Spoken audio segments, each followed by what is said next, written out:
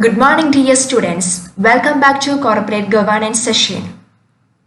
In the previous sessions, we were discussing various theories on corporate governance, and we studied the first three theories, that is stewardship theory, agency theory, and stakeholder theory.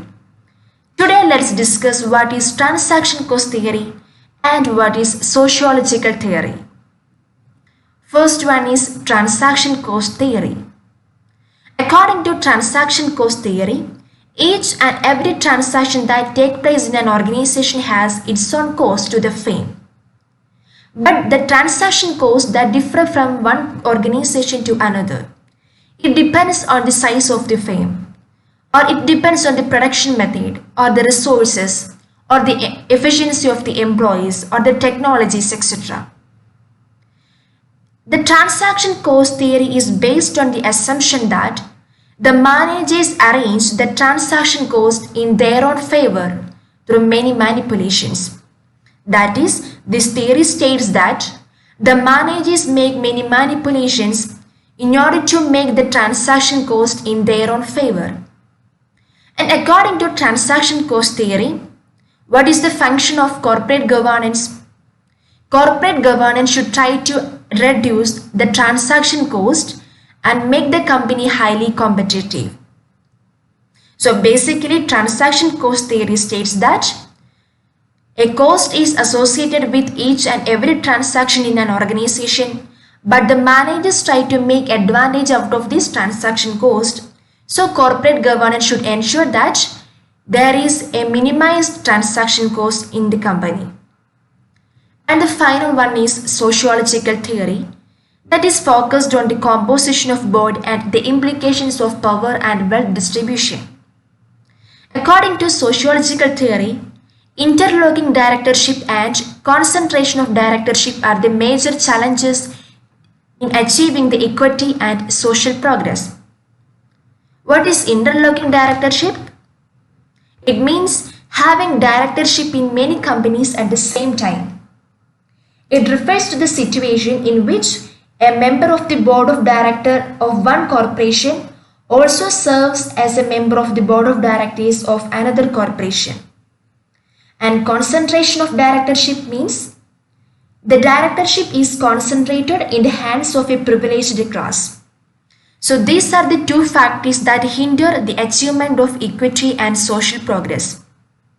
And according to sociological theory, corporate governance should be there in an organization in order to ensure the fair composition of the board, in order to safeguard the interest of the company and the society. So sociological theory states that interlocking directorship and concentration of directorship are the major two factors that act as the challenges in the achievement of equity and social progress. So the corporate governance should ensure a fair composition of board of directors in a company. So these are the major theories on corporate governance. First one is stewardship theory. Steward means manager. So this theory states that the managers and shareholders or the stewards and owners are having a similar kind of objectives, and the behavior of managers or stewards are aligned with the objectives of shareholders. Second theory is agency theory. It states that a principal-agent relationship exists between shareholders and managers, but since they have dissimilar objectives, there is a probability of having agency problem and agency cost. Third one is stakeholders theory. It states that a company should meet the conflicting interest of all the stakeholders, and it questions the importance given by the agency theories to the shareholders. And the next one is transaction cost theory.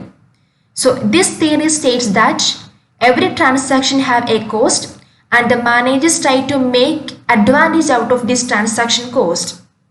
And the last one is sociological theory.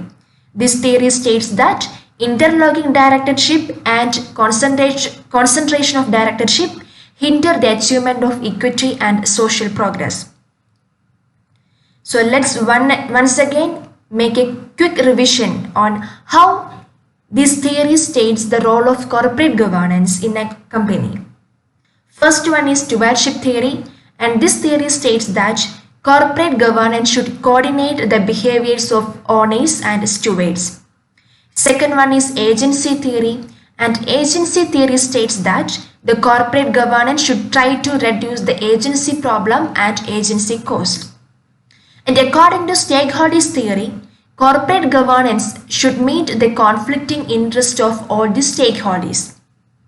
And transaction cost theory states that corporate governance should try to reduce the transaction cost. And the last one, sociological theory, states that it is the responsibility of the corporate governance to ensure there is a fair composition of board of directors in a company. Clear? So today your activity is PPT creation on corporate scams. Dear students, your youth is certainly finished and old age has definitely arrived if you feel that you are losing enthusiasm, excitement and energy towards your dreams and goals. Thank you.